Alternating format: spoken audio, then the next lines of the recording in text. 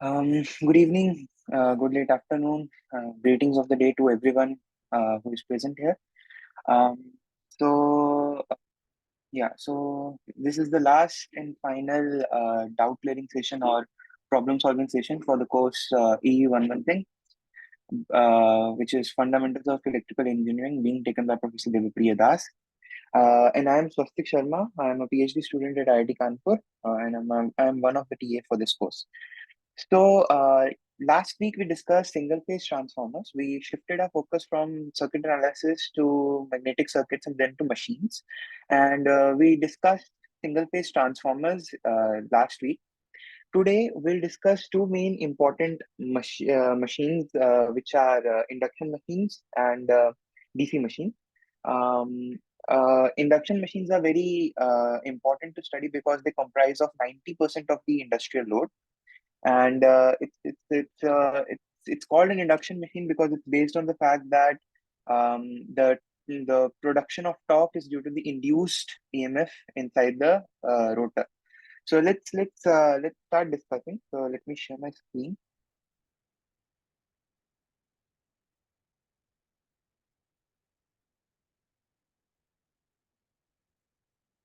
Recording in progress.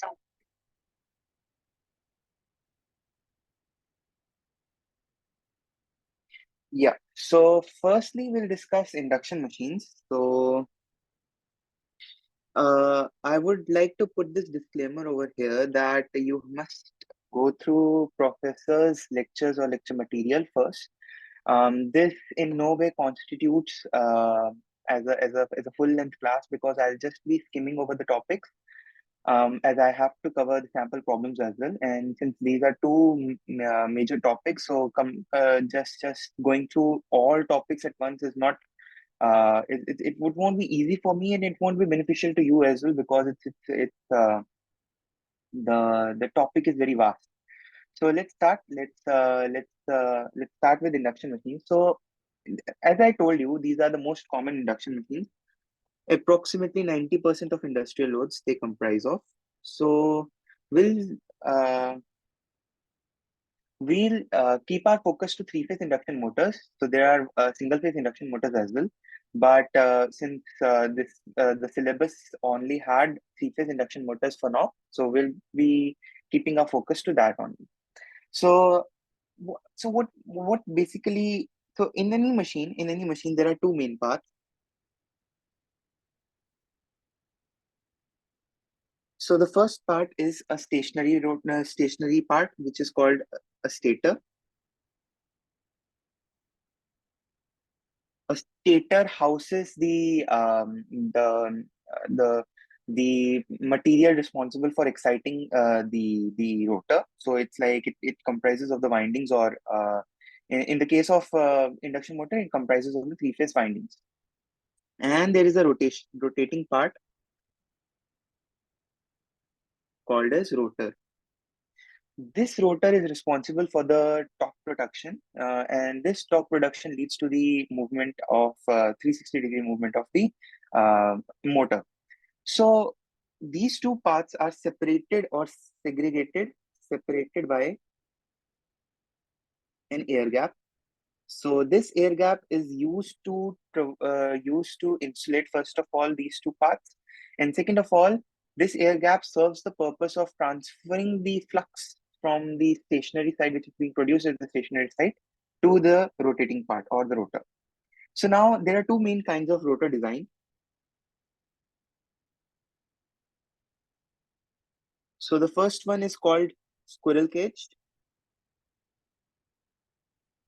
So a squirrel cage rotor design has rotor bars instead of three-phase windings. So like it doesn't have windings. It only has bars. So as you can see through on your lecture material, sir has shown the construction of both. And the second has wound rotor. So in this is called wound rotor as well as circling rotor. So in this, we have windings on the rotor as well. So these windings are distributed into slots, which are on the rotor side, and in a vibe in a star form. So this wound rotor has a special capability that we can externally plug in resistors to it with the help of slip rings and brushes. So that's why wound rotor induction motor, because it can serve, we can control the torque production uh, because of using external resistor. We'll look into it how torque production will be controlled. Just take my just take it for me that with using those external resistors, we can control the torque production of the wound rotor machine, which is not possible in a squirrel cage rotor design because we don't have slip rings, availability of slip rings and brushes. So the main working is based on the two principles that we've already discussed. These principles are Faraday's law of electromagnetic induction, and the second is Lorentz law. So the first one, we are all familiar with it. It's nothing but n d phi by dt, right? And this negative sign comes from Lenz's law. But the second one is Lorentz law. This states that it's exact. Its exact equation is something like this, but we'll be restricting to the second most this interval between this part, because this is what is used to create a force inside the rotor. It's not called Lorentz law, it's called Lorentz force. Right. So let's assume that I'll briefly explain the working of an induction motor. Assume for a moment that your rotor is open circuited. Let's say this is your rotor, and I haven't shorted all of these rotor bars. Assume that these are rotor bars. So if these are not shorted, what am I doing is I have a stationary part on which stator windings are connected. We excite them using an infinite bus. Infinite bus is something which has a constant voltage magnitude and a constant frequency. It can supply any amount of current without having an pronounced effect on its voltage and frequency. Assume that it's supplying, right? So what happens when you excite the stator windings? There is a production of rotating magnetic field. Let's say, for example, that you have three windings which are placed 120-degree apart, three-phase winding. I'll do it like this. So it's A dash, B dash, and you have C dash, right? So we have, just a second,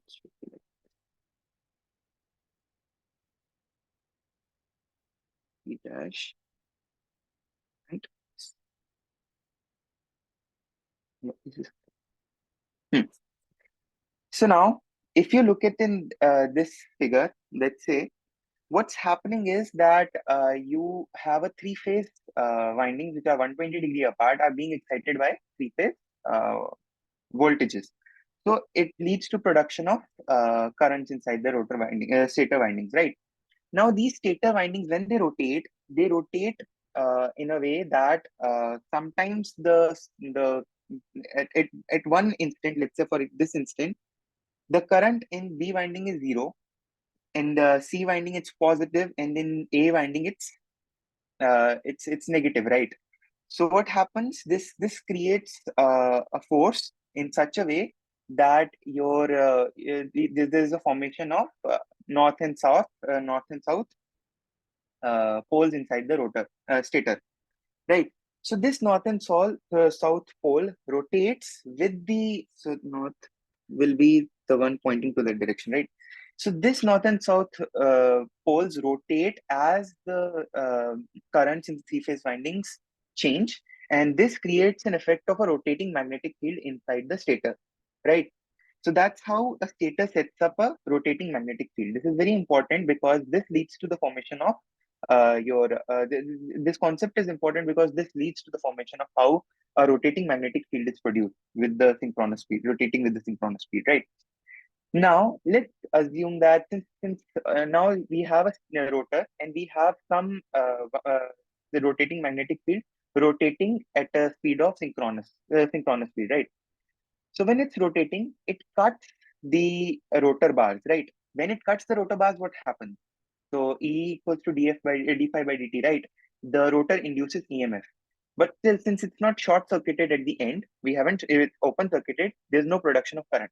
but an EMF is induced inside the rotor, right? So it's the same way, right? When we had the transformers, it's the machine right now is acting similarly to a transformer, right? We have some magnetic field being linked to the rotor side, and there's a production of EMF in the sorry, there's some magnetic field being linked from the primary side to the secondary side, and there is some induction of EMF at the secondary side.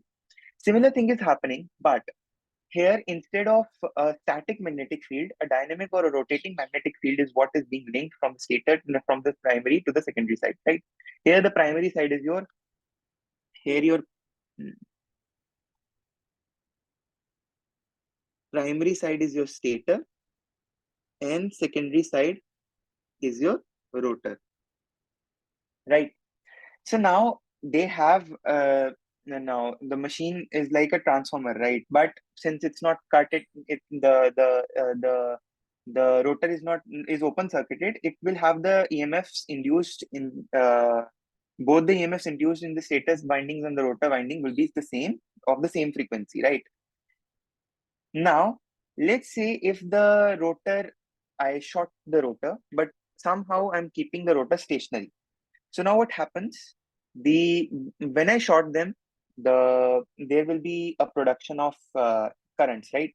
The rotor bars act as individual conductors. When shorted, they'll produce currents. So when these currents are produced, they set up an MMF, a magnetomotive force, right? This MMF is called, let's say, FR.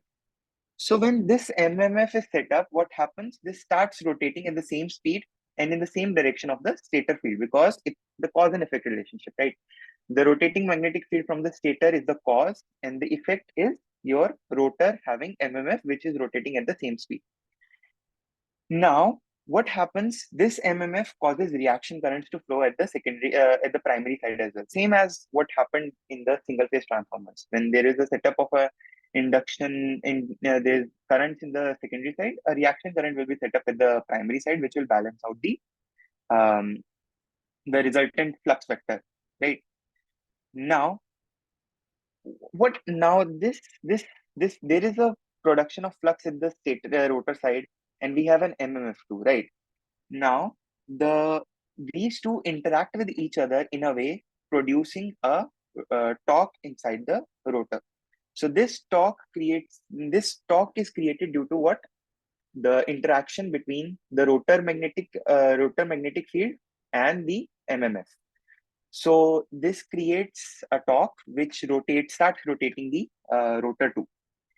Now let's say the rotor rotates at the same speed as the stator magnetic flux. Now when it's rotating at the same speed, the relative speed of both is zero to each other, right? There's no relative speed, so there won't be any point and no flux will be cut from the rotor bars. So what would happen? The rotor will start decreasing its speed, but when it start decreasing, it will start cutting the stator magnetic field again. So the induction motor can never reach the synchronous speed. Why? Because as it starts approaching the synchronous speed, the relative motion of both the stator magnetic field and the rotor is zero, and there are no flux. There's no flux cut by the rotor bars, and the speed will start decreasing. Hence, the speed of rotor is always less than ns. I'm sorry I'm moving too fast, but I have to cover a lot of stuff in today's class, right? So So I hope this short, brief, what you say, mm, introduction to how an induction motor works can do justice to you. I would strongly recommend reading reference books to further your knowledge. But that's how interaction between a flux, the rotor flux, and the MMF creates the torque inside the rotor. That's how a torque is established. Now, let's talk about rotor frequency. Since NR is less than NS, right? So with respect to stator field, it's rotating at a speed of NS minus NR. So NS minus NR is what? Your 120 FR by P. Now, since we know that the frequency of revolution of your rotor will be nothing but NS minus NR into P by 120, multiplying NS by both sides, right? So this becomes your S, and this will become your Fs. So the rotor side frequency is S times your stator side frequency, where S is nothing but slip, which is given by Ns minus Nr by Ns. This tells us at how much at this tells us at per unit speed at which the rotor is behind the stator magnetic field, right? So Nr is nothing but 1 minus S times Ns. These are important relations. So if you remember just Ns minus Nr upon Ns is S, you can derive all of these. So since rotor is now rotating with speed n, as I already told you, it can never cut the, it will never be able to reach the synchronous speed. Its frequency will always be S times the frequency of the stator. Now, yes. So let's talk about per phase induced EMF. Now, we have discussed this for a transformer, right? I told you by using the law of and d phi by dt, or the Faraday's law, and taking phi s phi m sin omega t, you arrived at something like this, right?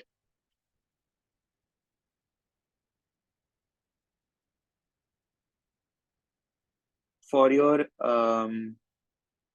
this you arrived for your this static transformer, right? So this is how what the induced EMF will look like. Since I told you here, induction machine is also like sort of a transformer, but it's just that instead of a stationary magnetic field, a rotating or a dynamic magnetic field is linking the stationary side to rotor side. So the induced EMF will look something like this. ES is for stator, pi times under root 2.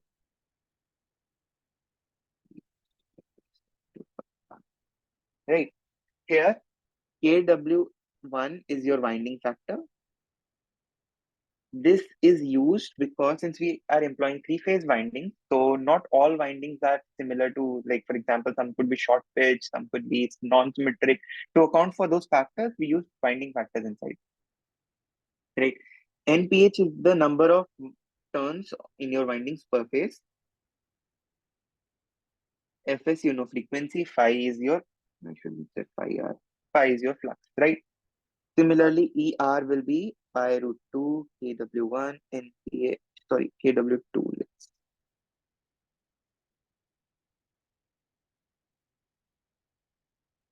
Right? This is how your rotor induced EMF will look like. Now, let's talk about this. Since ER is what? Pi root 2 NPH. Now, FR can be written as S times Fs, right? So let's write it times Fs. So if let's say KW1 is equal to KW2, so it's nothing but S times E1. So your rotor induced EMF is S times your stator induced EMF, right? Um, this is how you write it. And so moreover, since we are using windings, there will always be leakage impedances. So a leakage impedance is written like something like this.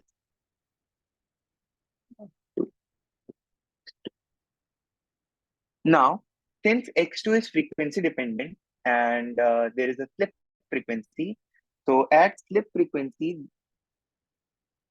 always remember, due to it being at slip frequency, there will always be an S component tagged along with the reactances.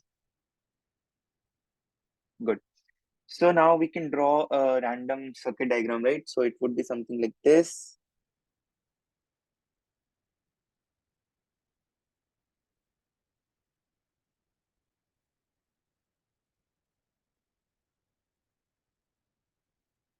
This is an I2 current flowing. Okay? And since we can change the slip, the reactance could be changed, and your power factor angle will look something like this. Okay. So now E1 by E2, if we do, or ES by ER, let's call it E1 and E2 instead of E.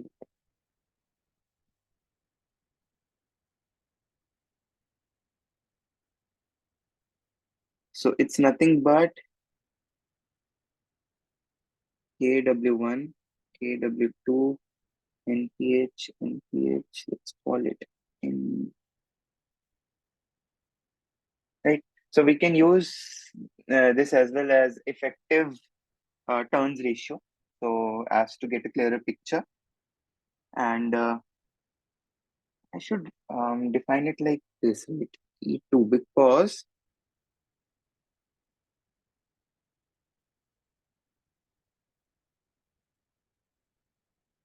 let's call it standstill. This is equals to 1, right? So this is how we can represent our rotor side. Now, since we have discussed everything about the rotor, let's start developing the circuit.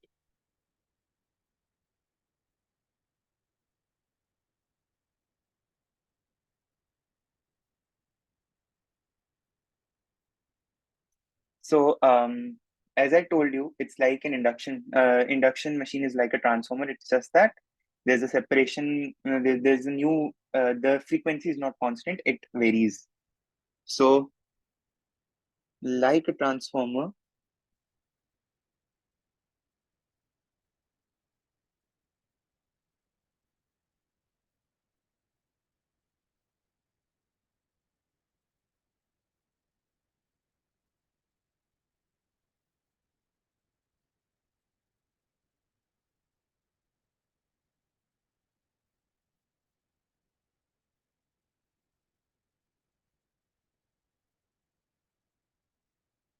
so we have A here,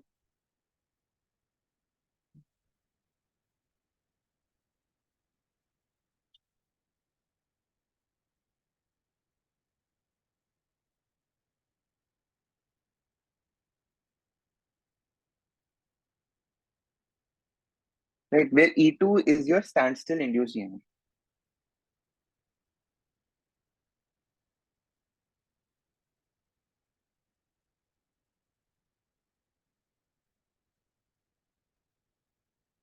Right. So that's how you represent it. Now, let's say I want to remove this relation between this turns ratio, right? So what do we do? We know that it would be something like,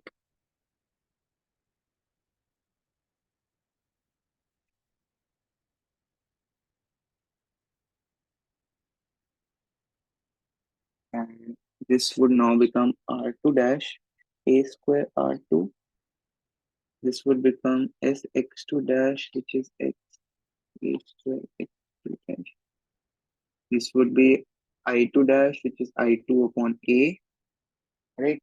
And this would be SAE2, right? Since we are transforming it, this would be 1:1.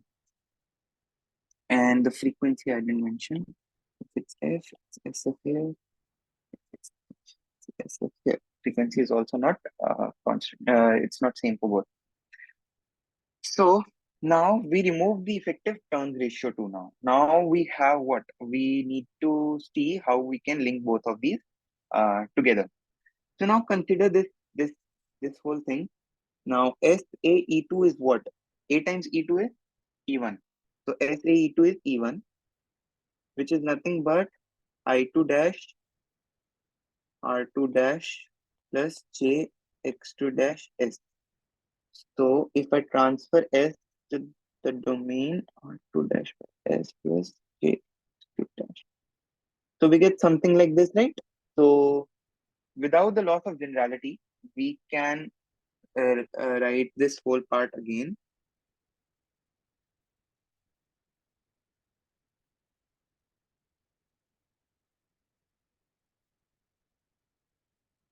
So this would become now E1.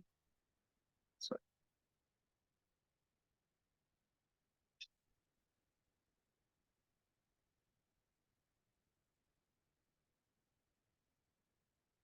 2 dash S and X2 dash.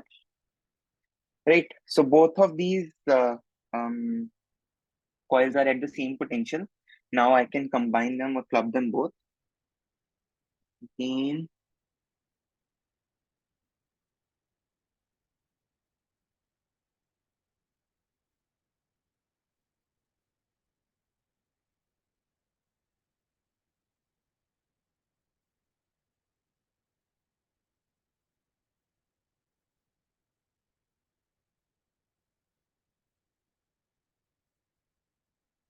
right. So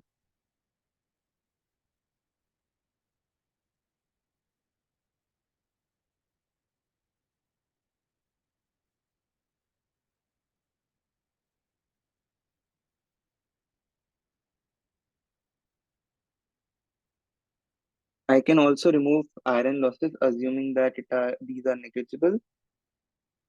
So we have a circuit like this, right?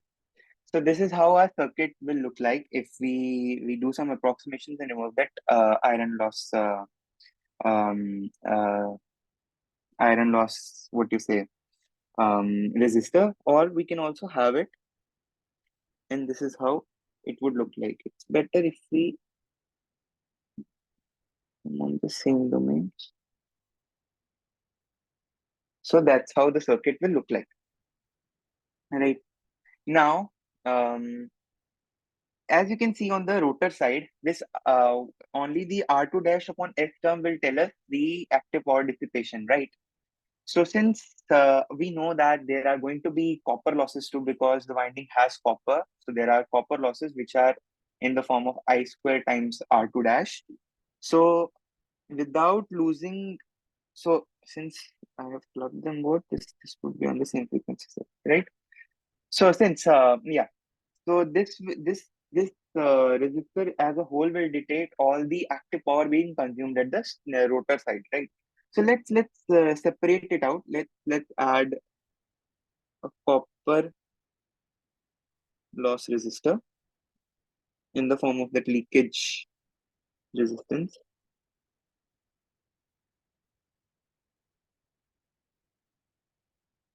So this would be R2 dash, X2 dash.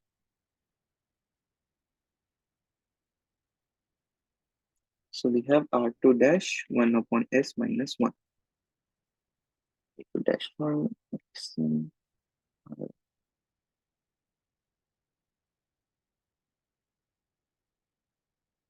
great. Now, yeah, so as I told you, since we have separated out the copper losses, this would tell us the active power dissipated by this resistor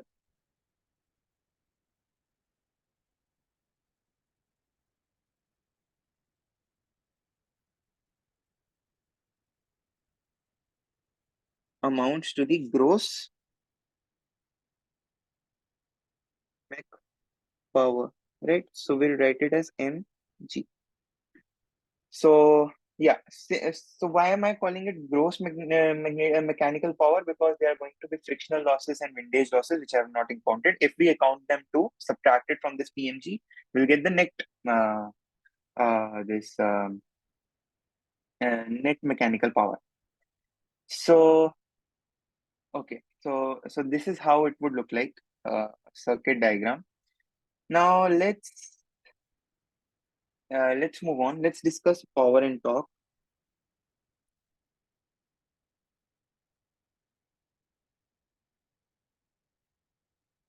So I've drawn this circuit. Let's draw it again. So this is the equivalent circuit, right? This is called the equivalent circuit.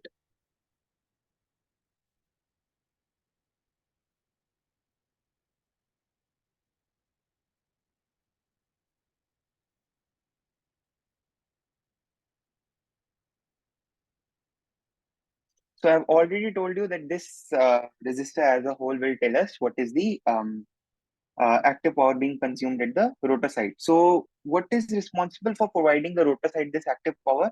It's the air gap, right? So we can say that the air gap power is nothing but 3 I'm writing because it's a three-phase circuit. So what I have drawn is a per phase diagram. So you have to multiply it with 3. I2 dash square times R2 dash by S.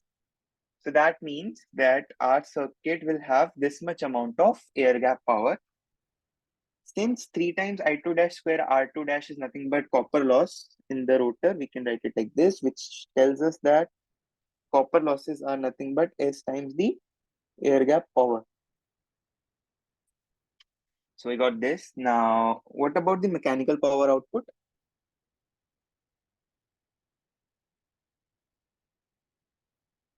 Yeah. So mechanical power is nothing but PM times PG minus PCU2. This is gross. So this would become 1 minus S times PG. Always remember. So if you have air gap power, multiply it with 1 minus the one minus slip, and you'll get the air gap power. Also, as I told you, this resistor as a whole will tell me about that. So PMG is nothing but 3 times R2 dash square R2 dash 1 over S minus 1. So this would also tell us the gross mechanical power output, right?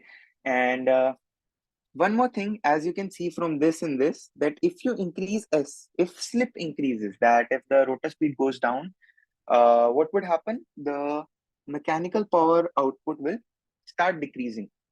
So that's why operation of an induction motor at a very high slip is not efficient for the for our performance, right? What we want the maximum amount of power we can generate from that induction motor, right?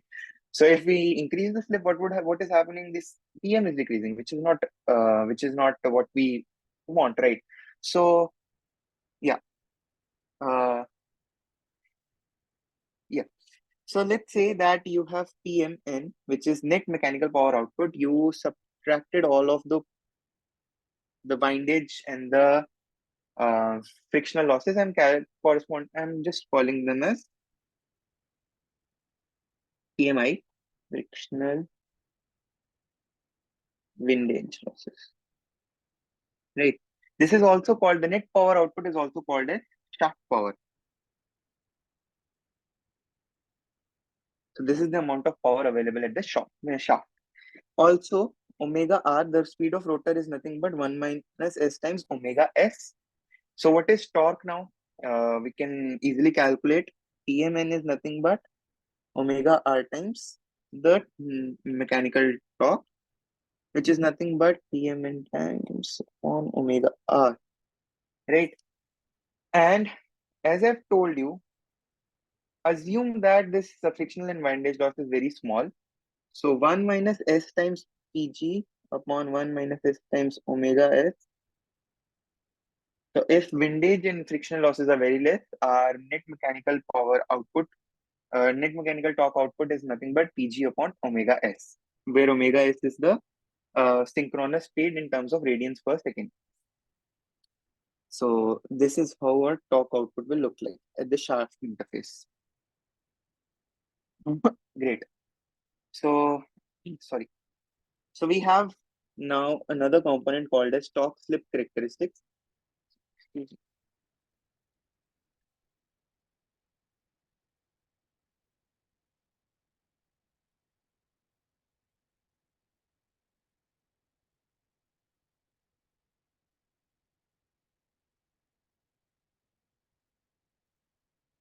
So what are torque slip characteristics? So we are trying to show the variation of torque with respect to the slip. Right, let's see the circuit again.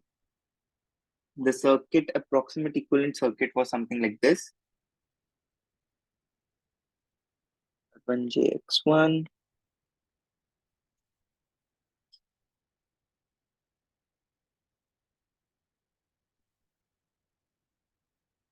Yeah.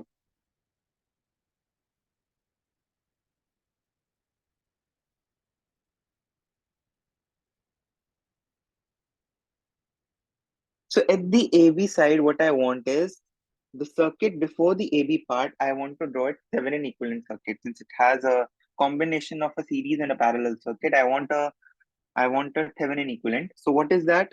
Z Thevenin is nothing but uh, sorry, R1 plus JX1 in parallel combination with J times XM, right? and let's call it something like R Thevenin plus J times reactance Thevenin. And VTH is what? If you find out VTH is nothing but VI, which is input times JXM upon R1 plus JX1 plus. So this is how our Thevenin would look like. Let's say that we got all of these values. So what will our circuit look like? It will look something like this.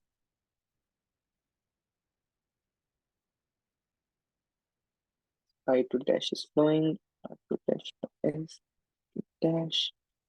This is A, this is P, this is R Thevenin and X Thevenin. This is a V Thevenin. Now, since we got this whole what you say circuit, what is the current? Let's calculate the current flowing in this circuit. So I2 dash will be nothing but P Thevenin upon R Thevenin plus R2 dash by S plus J times X2 dash plus X Thevenin, right? This is how our circuit will look like. Now, I know the torque relation, it's nothing but PG upon omega S, right?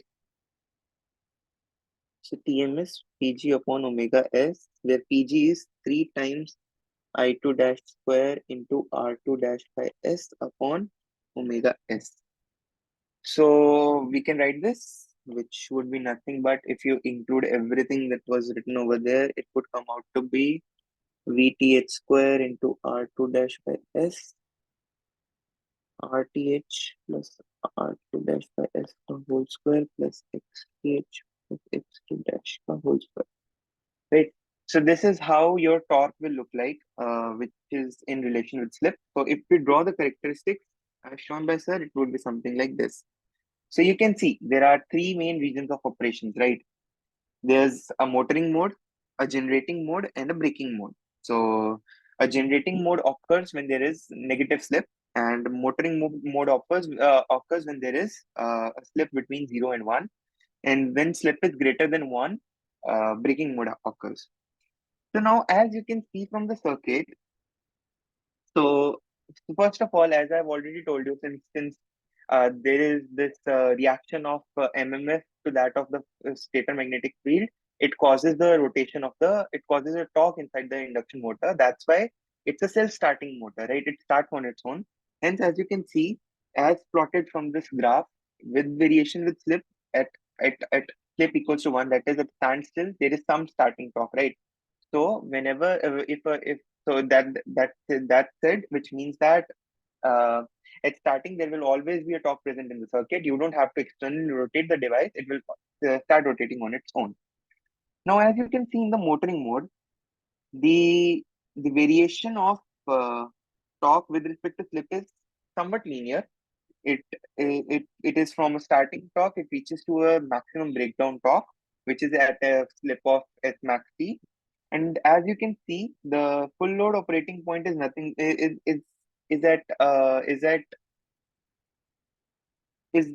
sorry, yeah. So where was it? Yeah, is at the region of operation where the slip is between 0 and S max T. Why is that? Because at full load you want what do you want is you want power extraction, right? As you increase S, the you as you can see the torque starts decreasing, so you don't want that. So when our so the full load operating point occurs between these two times, these two uh, between these two operating points, between this point. And yeah, that's how it can be seen in generating mode. Obviously, since slip is negative, that means that your frequency of rotor is greater than ns, right?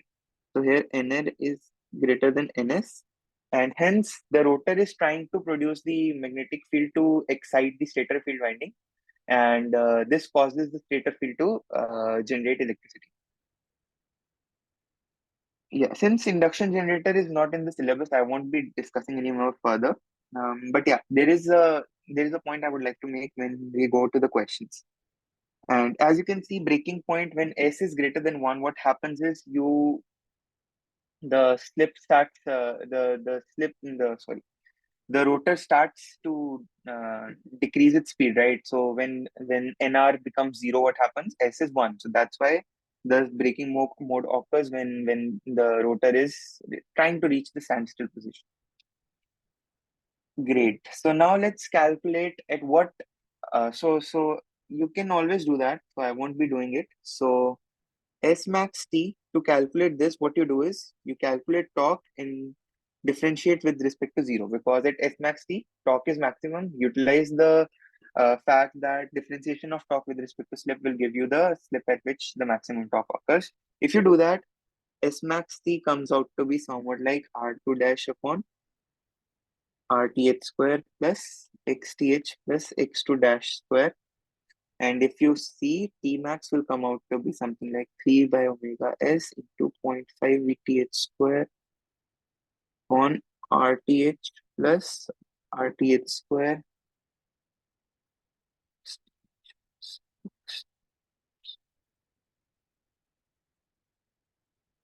Right.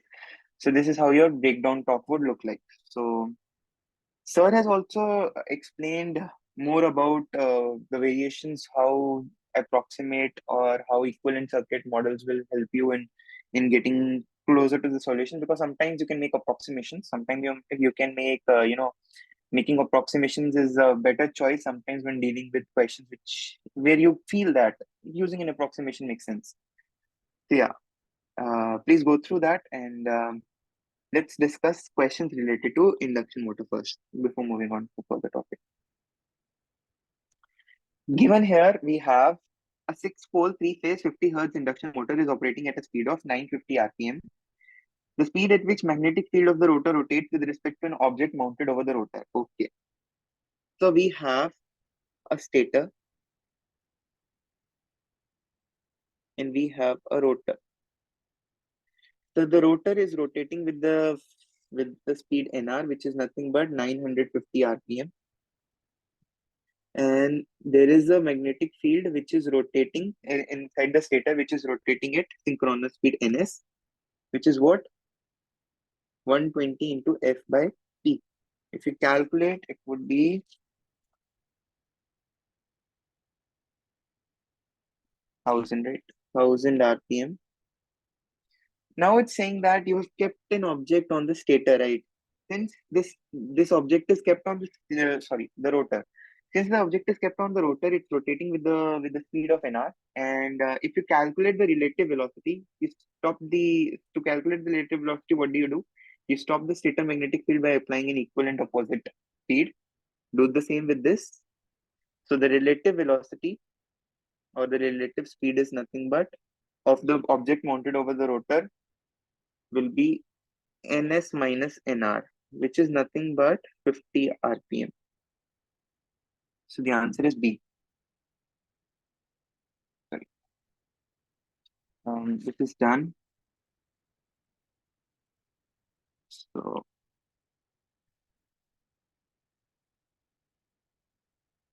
hmm. Here we are given that in a grid connected operation of a 3-phase 10-pole 50 Hz induction machine, the speed of the machine is observed to be 610 rpm. Means nr is 10 rpm. And neglect all losses, which are the following. Okay, let's see. NS is what? 120 F by P, which is 600 RPM. So as you can see, NR is greater than NS. That means the induction machine is behaving as a generator. So it's trying to generate power. So when it's trying to generate power, it's trying to generate active power, right? So that means it's delivering active power. So we can remove, so delivers active power, but consumes lagging reactive power. Okay. Both active power and reactive power. It won't consume, that's for sure. So B is not the answer. Delivers both active and reactive. Okay. It won't consume active power, that's for sure. Right. Now, since there is an induction of, so in an induction motor, there's an induction of field, right? And this induction effect will always cause the induction motor, irrespective of its operation, whether it's generating or motoring. This induction effect will always cause it to consume lagging reactive power. Now, Why is that? Why is that? Because to produce magnetic field inside the stator and the rotor, you need reactive power. Irrespective of the operation, it will always consume lagging reactive power. Hence, option A is correct.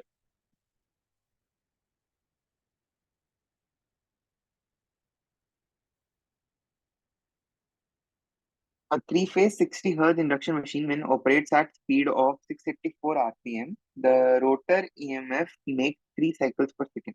Okay, so SF we have is 3 cycles per second, right? 3 Hz. And what we are given is um, the same machine, when connected to a balanced three-phase 50 Hz supply, rotates at 540 RPM, the frequency of the current induced in the rotor circuit. Okay. So for the first case,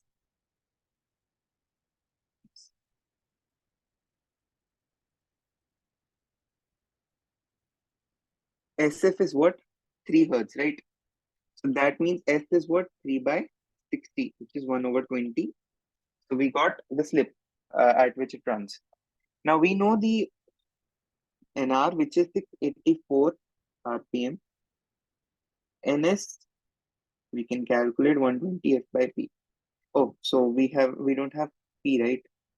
So we need to find P2. So we know that NR is what? 1 minus S times NS. So NS can be found out, which is nothing but 584 divided by, sorry, 684 divided by 1 minus 1 over 20, which is 720 RPM. So now P is what? 720 upon 120 into F. It comes out to be 720 upon 120 into, sorry, 120 F by P, right? So P is 120 into F by 720, which comes out to be 10. So the number of poles in the machine is 10. Now the same machine is being used to supply is used to and is connected to a three-phase 50 Hz supply. So now NR we know, which is what? 540 RPM.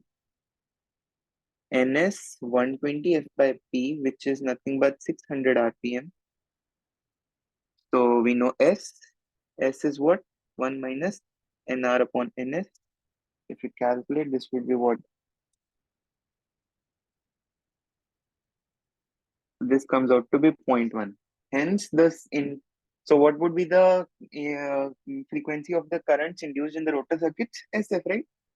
So SF would be what? 1.1 into 50, which comes out to be 5 Hz. So see, the questions are fairly easy. You just need to understand what's happening. So as I told you, always the rotor side, everything, the voltage and currents will be S times the frequency of the stator voltages and currents. Let's move on. Okay, so we have a three-phase induction motor which runs at no load with a slip of 5%. With full load, the slip increases to 10%. Okay, find the percentage speed of regulation. So speed regulation is nothing but NR at no load minus NR at full load divided by NR at full load, right? So now I know NS is what? 120 F by P. If you calculate, it will come out to be 600 RPM. So NR for no load will be what? 1 minus S times 600, which is 1 minus 0.05 into 570 RPM. And NR at full load is what? 1 minus 0.1 times 600, which will come out to be 540 RPM. So what would be the speed regulation? It would be 570 minus 540 upon 540, sorry, into 100%. So this comes out to be 5.55%. So the answer is C. See, the questions are very simple, so you don't have to, yeah, worry any. Yeah. In this question, what we are asked is, so we have been given that there is a three-phase 440 volt, 50 hertz star connected induction motor with 10 poles. Okay, and it develops 5 horsepower. So HP is horsepower, and 1 horsepower is 0.746 kilowatt. Yes. Now NR is given 570 RPM. So NR is 570 RPM, and PM is given, which is 5 HP. So 5 HP, if we find out, 3.73 kilowatt. Okay, now we got this. And it's saying that losses are 0.1 and 0.2. So PM losses, let's club them, 0.3 HP, right? Which is 0.224 kilowatt. Okay, we got this as well. Stator copper loss is nothing but zero point 0.9 kilowatt, and the line current is given as 7.36 amperes. The line voltage is given as 440 volts. So yeah, we need to calculate the power factor of the induction motor. So how are we going to do that? Any guesses? So what we can do is we can calculate the input power, and if we calculate the input power, we know that it's nothing but 3 under root 3 times VL IL cos phi PN, right? And we can easily calculate the power factor. So let's calculate EN. First, let's calculate PG. So what is PG? PG would be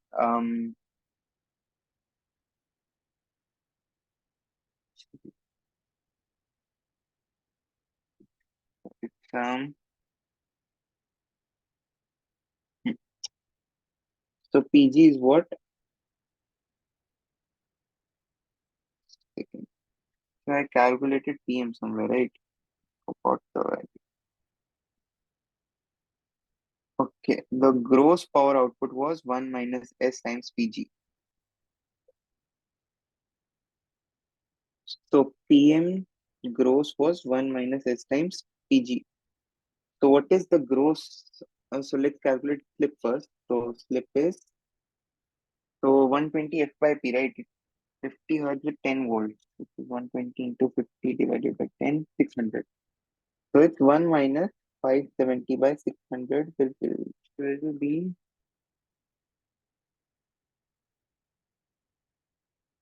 0.05.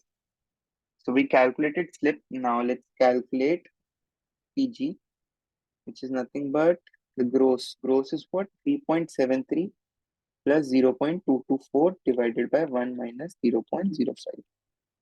PG will come out to be 3.73.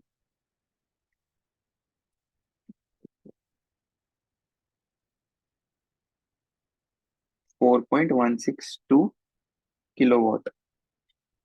So we got yeah,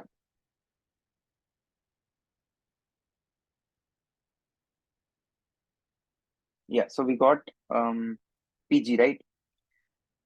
Now we are given PC1, which is nothing but 0.9 kilowatt. So if we calculate input power is nothing but air gap power plus stator losses, which is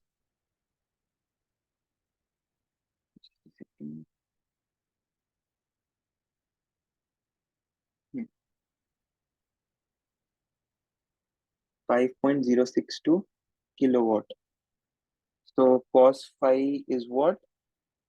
5062 divided by under root 3 times 440 into 7.36.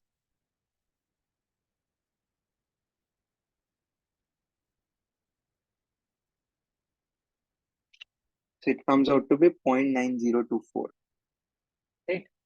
So which is, oh, so obviously it can never be leading. So this is wrong. And the answer is C. This is wrong. This is wrong. The answer is C. So that's how you solve it. You calculate P in, and then you know what the input power would be. 300 root 3 times VLIL cos phi. From that, you can calculate the power factor. The- Hmm. We have one question. Figure question 4 shows the per phase equivalent circuit of a 6-pole 3-phase induction motor operating at 50 Hz. The air gap voltage Vg across the magnetizing inductance is 230 volts and the slip is 0.06. Okay, Vg were given 230 volt RMS. Slip were given 0.06. We are required to calculate the torque produced by the motor. Okay, so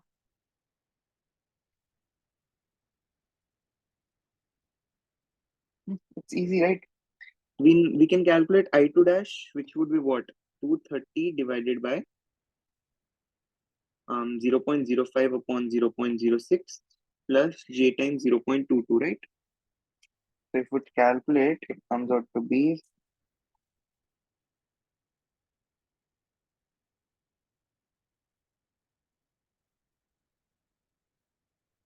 266.86 at an angle of minus 14.8 degrees, right? So we got I2 dash. Now we are required to calculate the torque produced by the motor, right? So PM we can calculate, it's nothing but 3 times I2 dash square into R2 dash 1 over S minus 1. So what is that? It's 266.86 squares. R2 dash is 0.05, 1 upon 0.06 minus 1. So if you calculate, it would be something.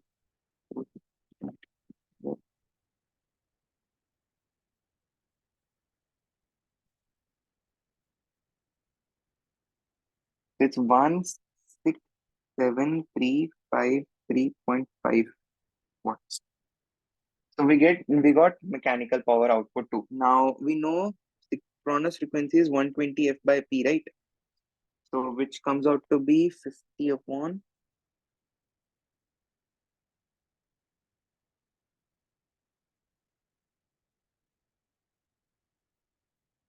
6,000 RPM, right?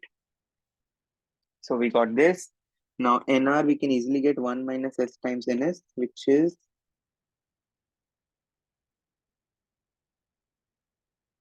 so it's 940 RPM. So omega is what? 2 pi by 60 times 940 RPM, right? Since it's revolution per minute, so one revolution constitutes 2 pi radians and minute is 60 seconds, right? So it would be 940 into 2 pi by 60, which is 98.44 radians per second. So we got all of the information. Now what do? We need T, right? T is what? PM upon omega. So which is 167,353.5 divided by 98.44. If we do that, 167,353.5. So it comes out to be 1700.11 Newton meter. The answer is B. Right. So that's how you solve these questions. So this is all with induction motors. So I hope you don't have any trouble. So if you have, you can always comment down in the comment section and I'll be able to help you out. Okay, let's discuss DC machines. So, so in the induction machine, what was of the effect? We wanted power output, right? We were supplying it with the AC power, and we wanted a mechanical power output in form of power in the shaft. Sorry, torque in the shaft. Now, in DC motors, what we do is we use the same principles of electromagnetic induction, but and it also produces alternating current only. But what happens is we connect commutator rings, commutator with slip rings and brushes, so that the commutation action converts the output AC output to DC output, right? So that's what happens in DC machines.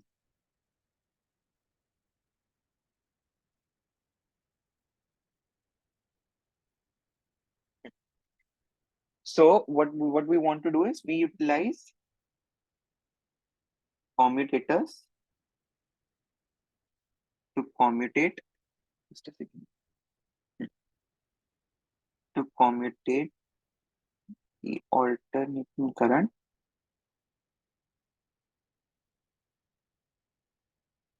to direct current. Right. Now, so let's discuss the construction. In in brief, I'll be discussing. We won't go into detail. Sir has given you lecture material and notes as well. You can please go through it or a reference book. DC machine.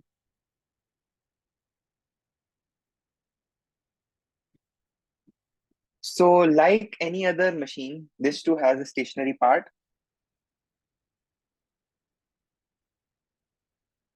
which is responsible for the production of magnetic field, and a rotating part. It's always the case with any machine. You will always have a stationary part and a rotating part. Now, this stationary part, as I told you, it consists of material responsible for production of magnetic field. So, like main poles or flux or field windings. Right. Now, in the rotating part, what happens is it consists of yeah, sorry. So it consists of armature windings, which are kept inside armature slot. Great. So yeah. So also in DC machines as well, both of these parts are separated by an air gap.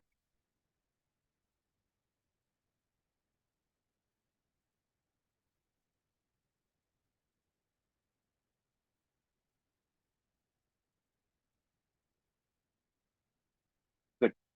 So please go through the construction details yourself. I won't be able to discuss everything in this class. So please feel free to go through it. And if you still have doubts, clarify it on the comment section. So what is the let's talk about the EMF equation of DC generator. Now, let's say that there are let's um, discuss what are the various things that constitute inside the EMF equation. So number of poles, phi is flux per pole, and then you have rotation per minute and total number of conductors,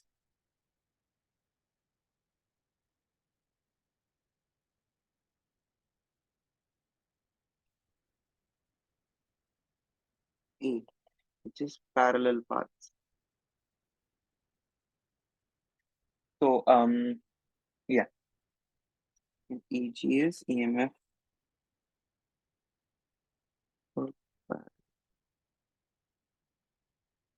Now we know according to the to Faraday's law of magnetic induction, EMF generated per conductor. So since flux is striking to them, there is a d phi by dt volts produced, right? Now we know flux cut per conductor is what?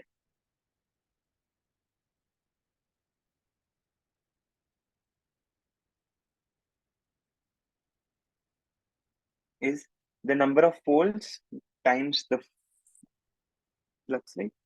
So P is the number of poles and phi is the flux per pole. So this is the amount of flux that is being cut by the conductor. So if there are four poles and phi is flux per pole, you obviously need to multiply it by the P. So to get the total flux that is being cut by the structure. And D, and the dt is the amount of revolutions. Sorry. Second, it's amount. It's reciprocal of the amount of revolutions per second. So that is 60 by n. If you write the EMF produced per conductor comes out to be P phi. So this is how it would look like. Now let's say that so this is there's a concept where we bound the winding in special ways. There's a lap winding and a wave winding diagram. So right now it's just assume that for a lap winding, the number of parallel paths is equals to P, right? And for for a wave winding, the parallel paths are always two, right? So EMF generated per parallel path, which is EG, would be phi and P by 60 times Z by A, the number of conductors per parallel path. So which comes out to be phi Z and P by 60A. This is the equation of EMF generated by a DC machine. Okay, now let's discuss DC motors.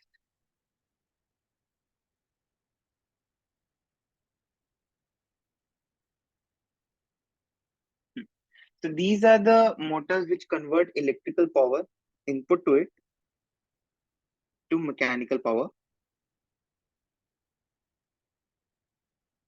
So they find applications in mills, steel plants, cranes, textile mills, and printing presses. And due to their due to their construction, so there is an inherent property inside a DC motor that it will always oppose there will be like all machines, whenever there is an application of a potential difference to that machine, there is always a reciprocal induced EMF such that it counterbalances that application of that voltage. So in this is called back EMF, and the equation of back EMF is similar to that we came upon, which is phi Z and P by 60A. So this is important because this is what leads to this is how it counterbalances the amount of voltage being applied to that machine. So yeah, so this is how we can also write it like K I N, where K is nothing but ZP by 60A.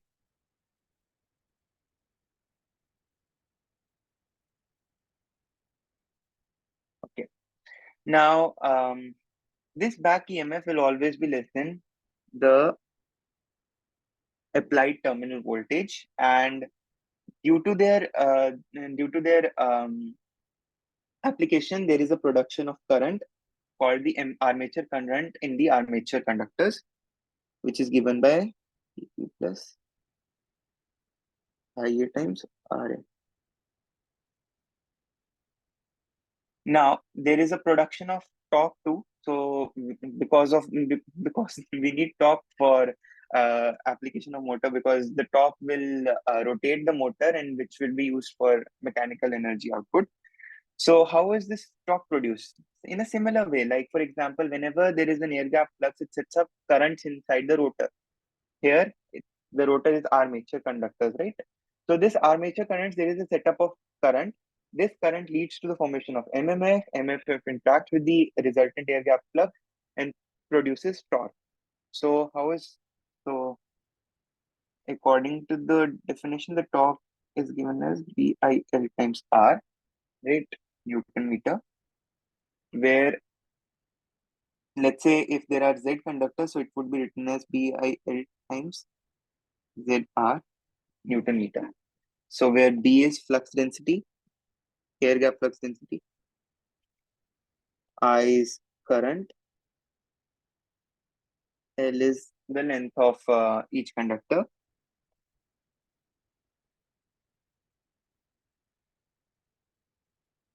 and R is the average radius of the current conductor.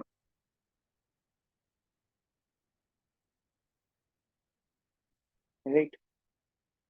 Now, if the armature current is given as IA, then the current I is nothing but IA times that of the parallel path.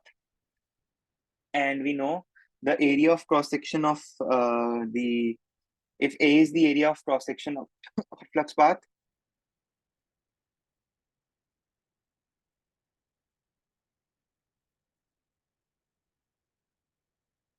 right? Air gap. Flux path is air gap. So we know it can be written as 2 pi RL times P, the number of poles, right? So let's combine everything. Would come out to be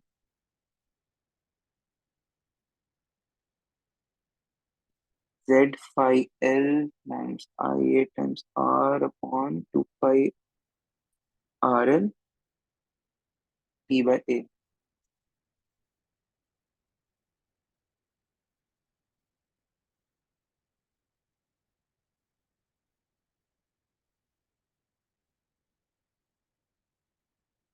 Right?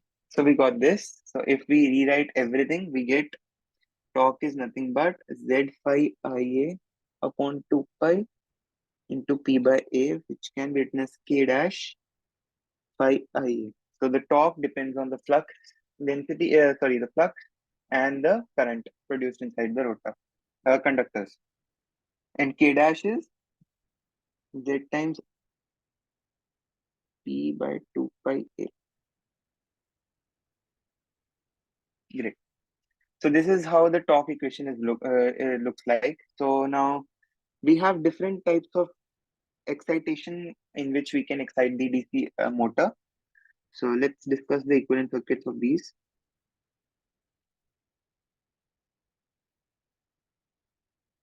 So there's one called as separately excited DC motor or SEPEX DC motor. So it's something like this.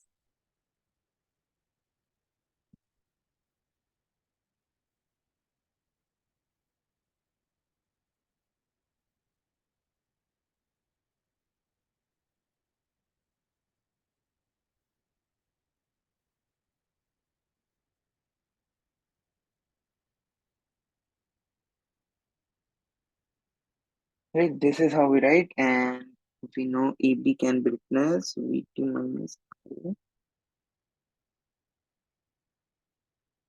We can also use the similar, so we have a separate excitation for the field winding, right? We can use the similar field winding inside the terminal voltage. We can excite it using the same terminal voltage, and we can get something like this, which is called a DC shunt motor.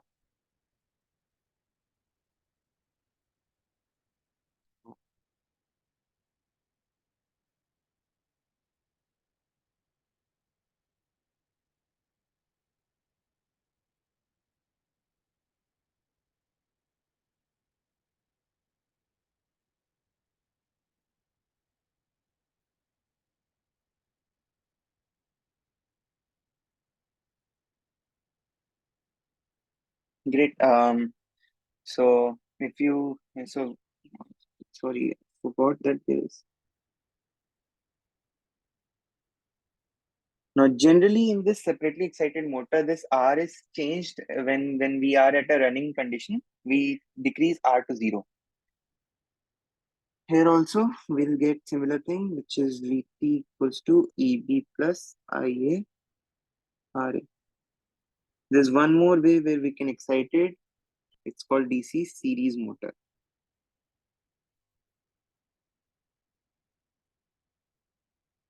So it's like this RF field.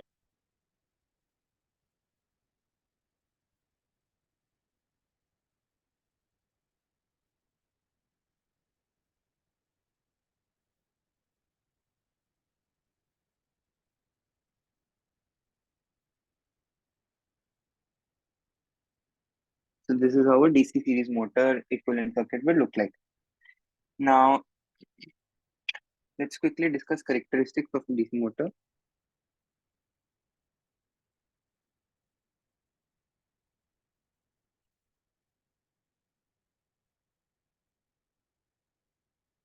So first, let's discuss the torque current characteristic.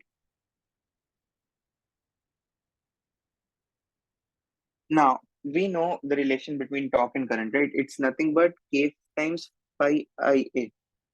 Now, for a shunt, for a shunt motor, the field is being excited by the terminal voltage Vt, right? It has no codependency on the current that is flowing inside the armature, right?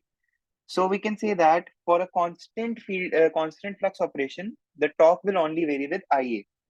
Hence, for a DC shunt motor,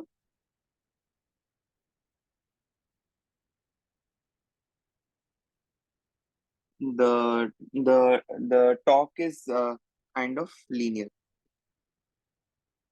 This is shunt. Now, but for the DC series motor, if you look, the field, the flux produced in the field winding is dependent upon the amount of current flowing through it, right? So that means that for DC series motor,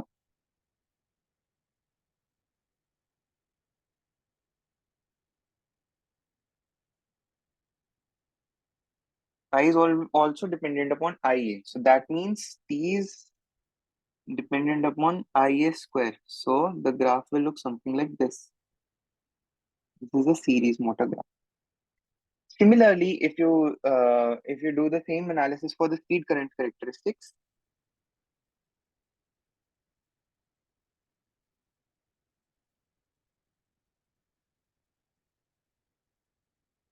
so we know EB is what? K times pi n. So we can write it like this, which is Vt minus IA RA, and n is nothing but Vt upon K times phi minus IA RA upon phi, right? So this is an equation of straight line. If we talk about a relation between n and IA, if we take y is n and IA is x, it's an equation of straight line, right? So we can write it something like this. Now, let's talk about the dependency. Now, phi for a shunt motor, phi won't depend upon the phi won't depend upon the current flowing through it, right?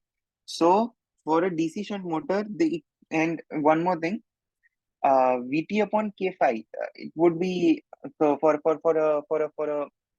shunt motor, this drop IARA is very small, right? So if this drop is very small, Vt upon K phi is a huge quantity. So this DC shunt motor is nothing but something like this. It will show characteristics something like this, and hence it's also called a constant speed motor because it the no load to load speed regulation is very small.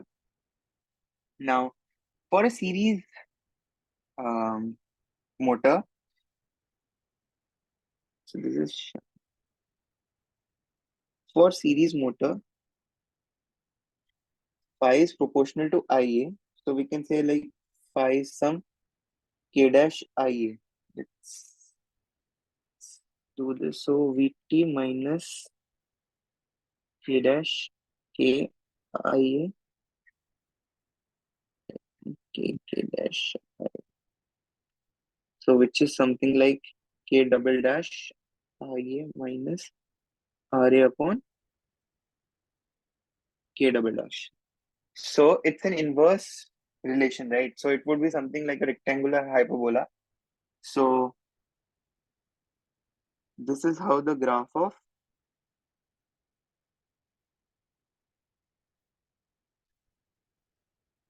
series motor will look like. So as you can see, at no load, the speed of the series motor will reach dangerously very high level. So that's why we don't usually have a no load operation of series motor. We generally don't do it because it's not the speed will reach at a very dangerous level.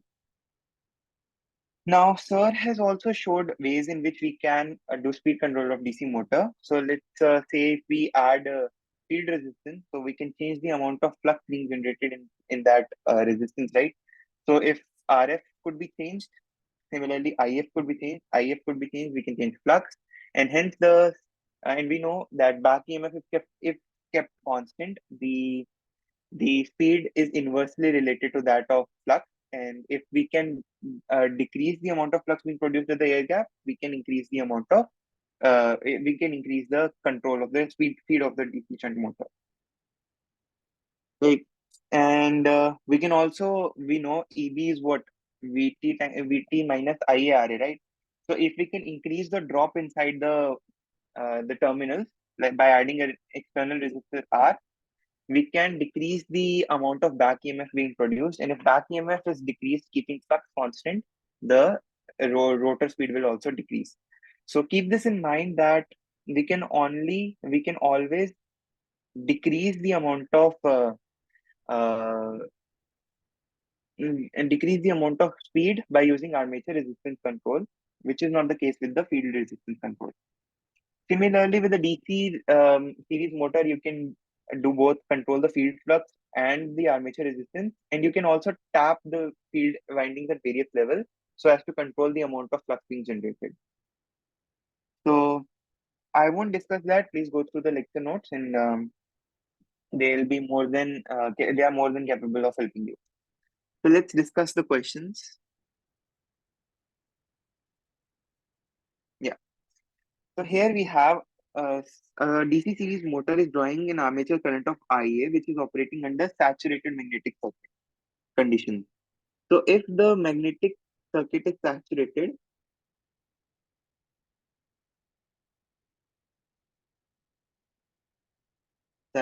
what happens?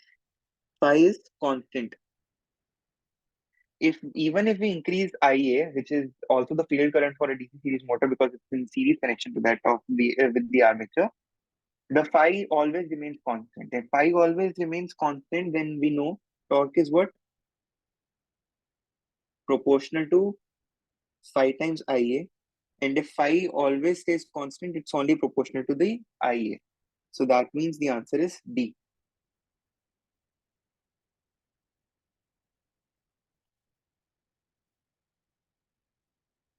So we have a 4-pole DC generator runs at 1800 RPM, the frequency of current in the armature ring.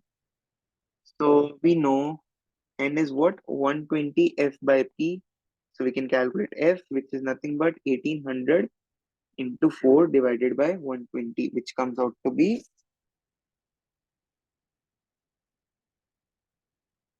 60 Hertz. See, the questions are very easy. You just need to understand what's happening, right? Since we are required to find the frequency of current in the armature winding, we know at the revolutions it's rotating at, we know how to relate the revolutions with the frequency, and we can easily get the values.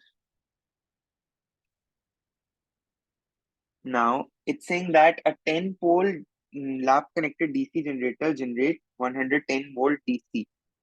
That means EG, which is phi ZNP by 60A.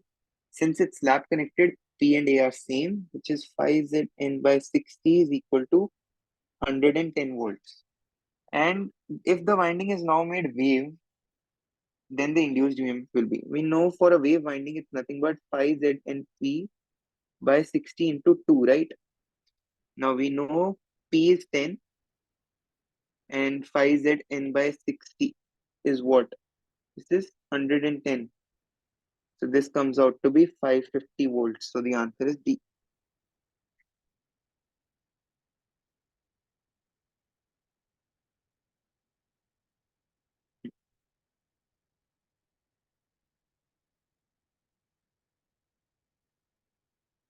Okay, so here we are given that a DC series motor is used to drive a load.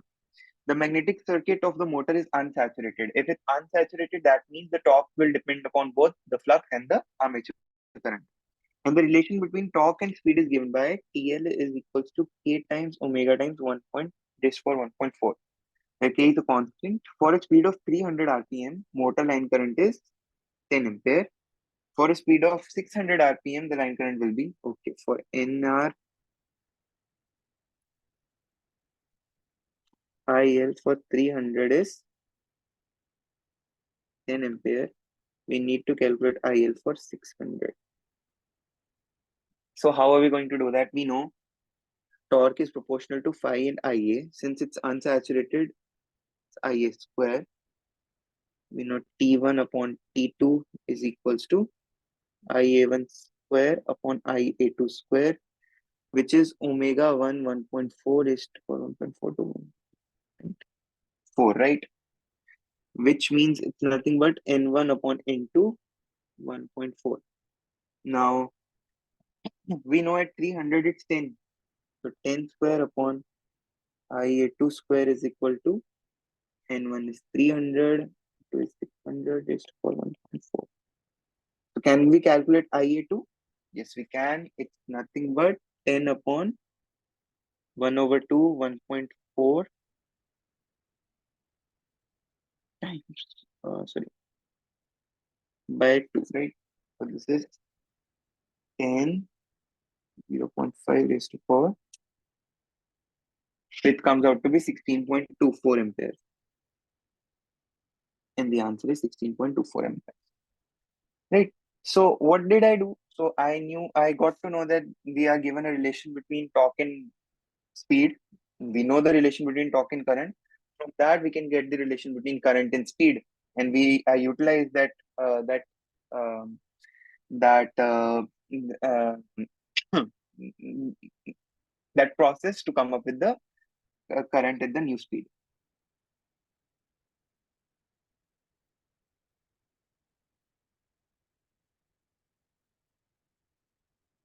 Okay, so here we are given a DC shunt generator delivers 50 kilowatt.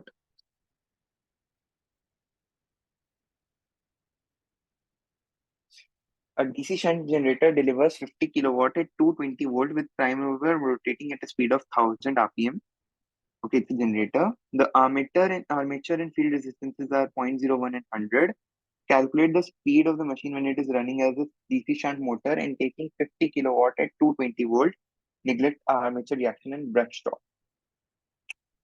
Okay, so we are given the power the DC shunt generator is delivering at the terminals, right? Always remember when it says delivers, it's always talking about the terminal power. So VT, we are 220 volts and power at the terminal is 50 kilowatt. So that means it's a DC shunt generator, right? Its construction is something like this.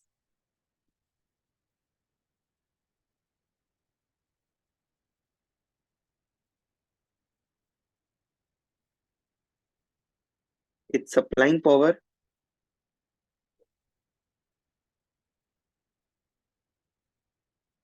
Okay. So we can get IL from this. We know it's nothing but 50 into 10 raised to power 3 divided by 220, which comes out to be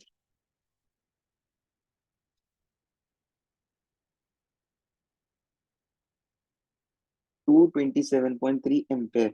So we got the line current, right? Now we have the line current. We know the field current too, right? It's nothing but VT upon RF, which is nothing but 220 upon 100, which is 2.2 ampere. So IA we can get, IA is what?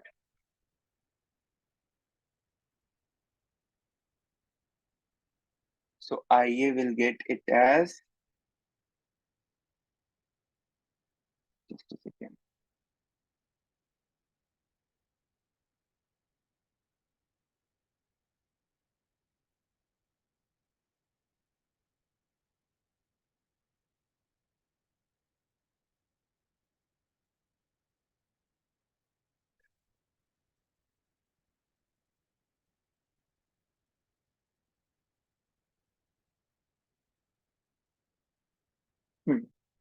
So IA we can get, it would be 229.5 amperes, right? So EB we can get, which is what? VT plus IARA.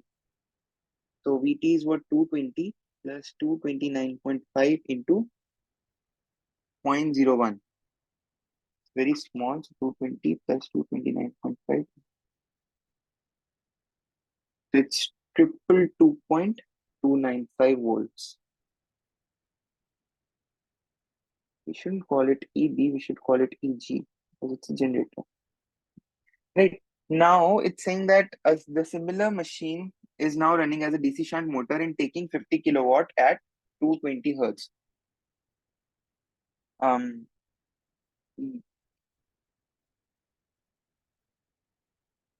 since we require speed, right?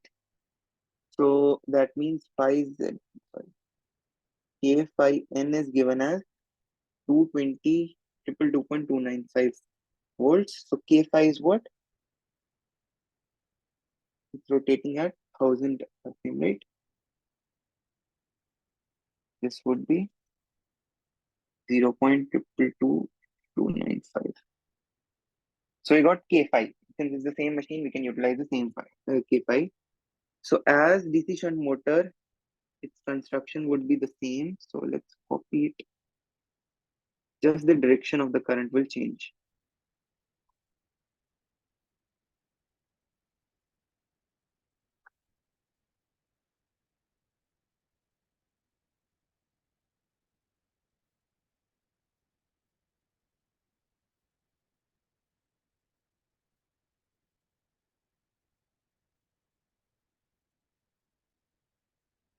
Hmm.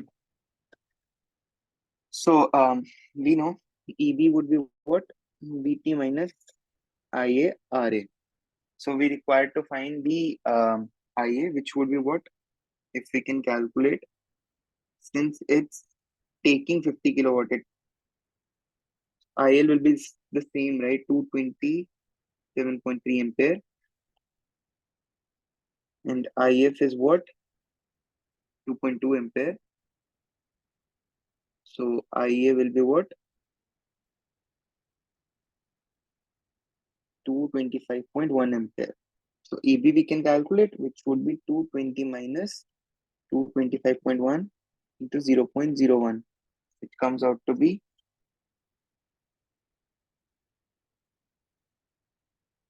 217.749 volts.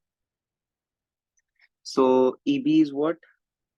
K phi N. We require N. We know K phi. So just divide it by 0.222295. You don't have to write everything. It's just that it's for the sake of clarity I'm doing it. So it comes out to be 979.55. Since it's through devolutions, it will always be a real number. It is 980 RPM. Or sorry, be an integer. So the answer is A. So that's how we do it. These questions. So just think about it, how the correlation could be made, and we can always solve the questions using that. So let's do another one. This one we did. Okay, so now we are given that there is a 1 kilowatt 220 volt DC shunt motor having an armature circuit resistance of 0.1 ohms and field circuit resistance of 100 ohms. At no load and rated voltage, the motor runs at 1000 RPM and the line current drawn by the motor is 10 ampere. At full load, the motor draws a line current of 50 ampere. Neglect armature reaction, find the full load speed. Armature reaction is nothing but, so what happens is when there is an air gap flux, it produces current in the armature, right? That's how the torque is produced. This armature current in turn set up an armature flux which opposes the air gap flux and minimizes the amount of flux being transferred from the air gap. So if it's neglected, that means the full flux is being delivered to that armature. So what we require is, so let's write everything we know about the circuit. RA is 0.1 ohm, RF is 100 ohms. At no load, the motor runs at N0 is 1000 RPM and the line current at no load is 10 ampere. At full load, it's 50 ampere. And the full load speed. How are we going to do that? So let's calculate IA. IA0 would be 10 minus VT upon RF, which comes out to be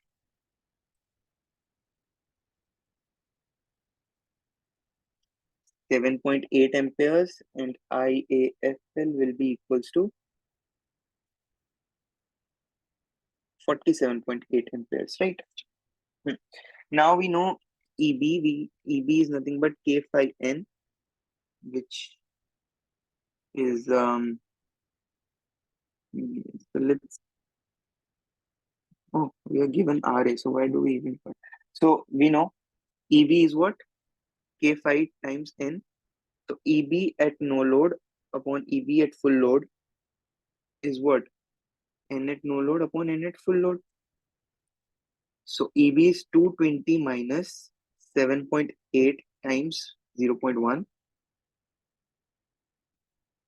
and at full load it's 47.8 times 0.1. So and full load can be calculated. So if we calculate it, it comes out to be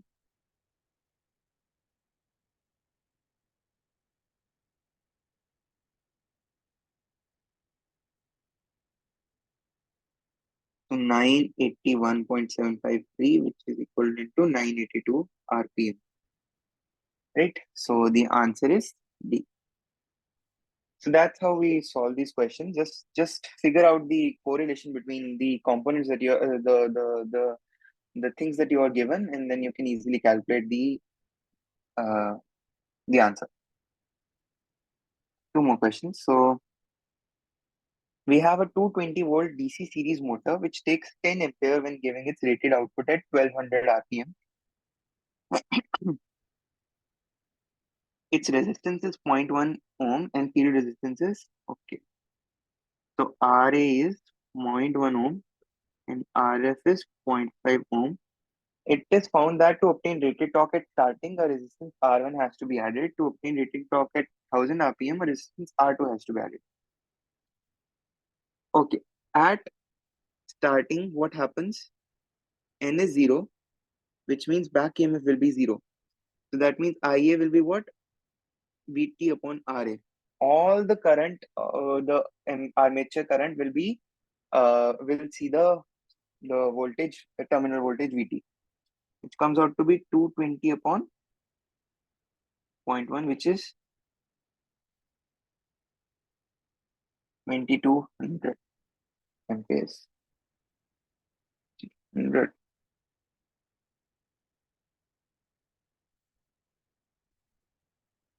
Oh, we are adding a resistance, right? Sorry. Yeah. So what we have is we are adding a resistance which is VT is equal to IA.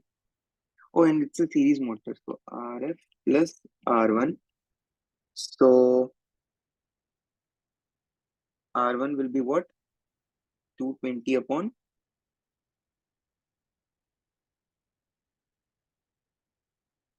Just a second, IA is not.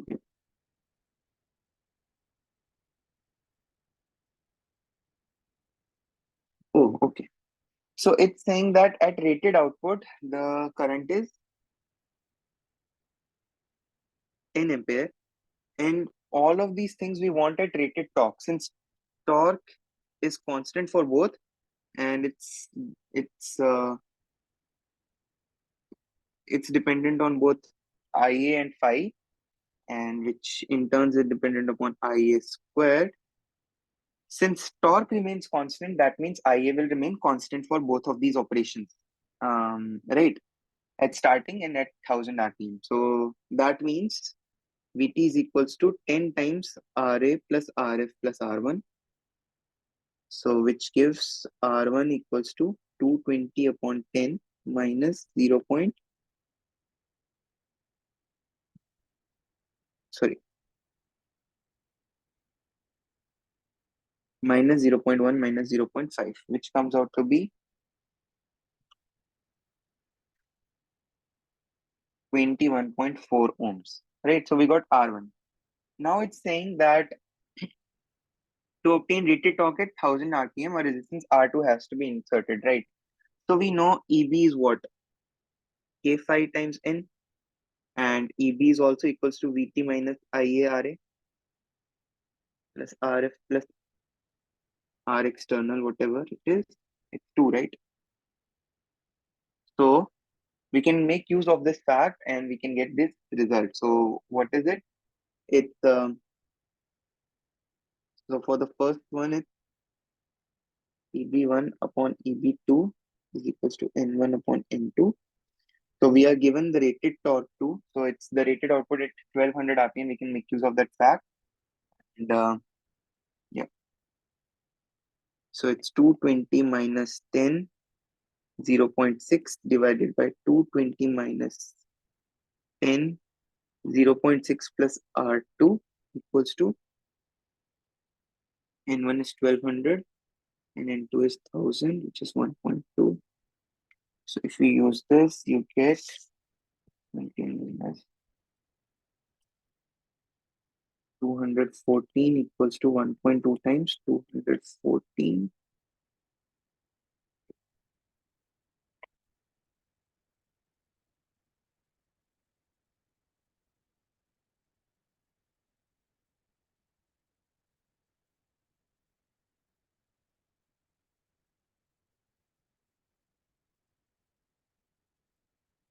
So it's 3.567 ohms. So what are we required? We are required to find the cumulative resistance, right? R1 plus R2. So R1 plus R2 is 21.4 plus 3.567 ohms, which comes out to be 24.967 ohms. So it's close to 25. Great. So that's how you do this question. So let's move on to the next question. So in this question, we are given that the no load speed of a 220 volt separately excited DC motor is 500 RPM. So no load speed is 1500 RPM. Armature resistance drop and brush drop are neglected. The field current is kept at constant rated value. The torque of the motor for an armature current of 10 ampere is okay. Hmm. No load speed. So when the speed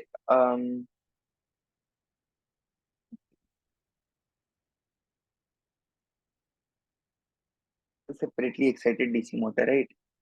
So okay. Since there are no drops, brush drops, and armature resistance drop, that means EB is equals to VT, which is 220 volts, right?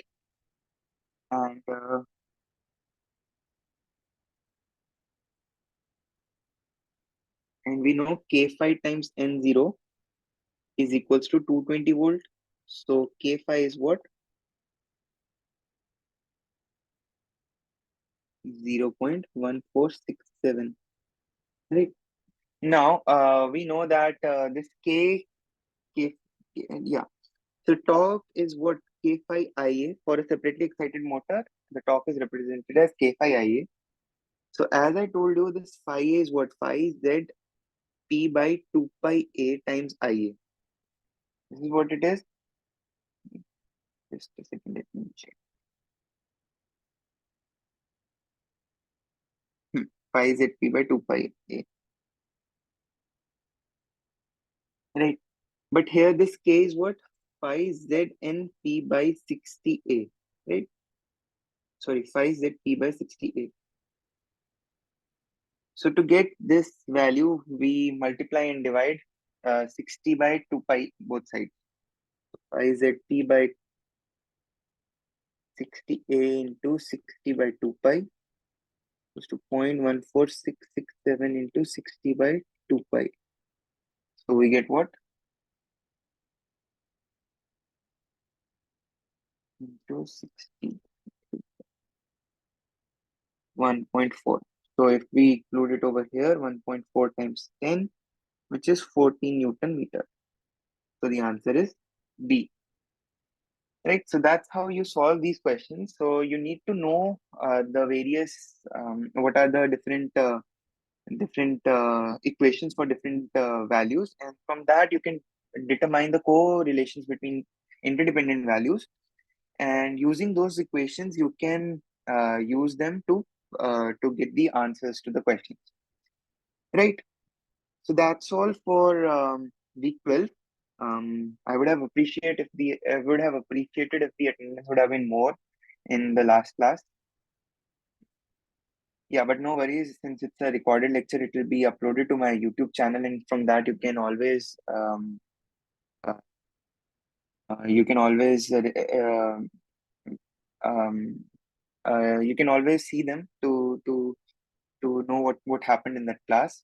But yeah, so today we discuss mode machines and DC machines, specifically induction motor and DC motors, and we solved various questions based on the assignment 12.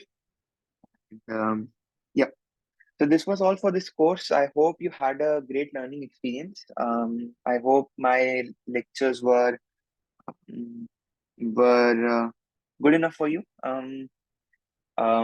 So I hope I was able to clarify some of your doubts, not all. So please, so if there are any feedback, you can always let me know in the comment section. I'll be happy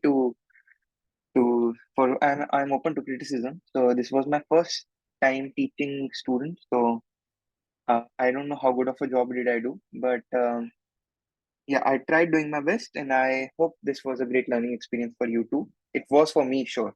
Um, yeah, that's it. Best of luck for your exam to those who are giving, and yeah, I hope to see you all in any of the next course that I'll take. So thank you all for whoever Join. joined.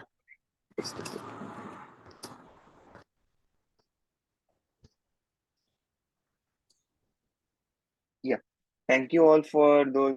Thank you all to those who joined, and I hope this was a good experience for you.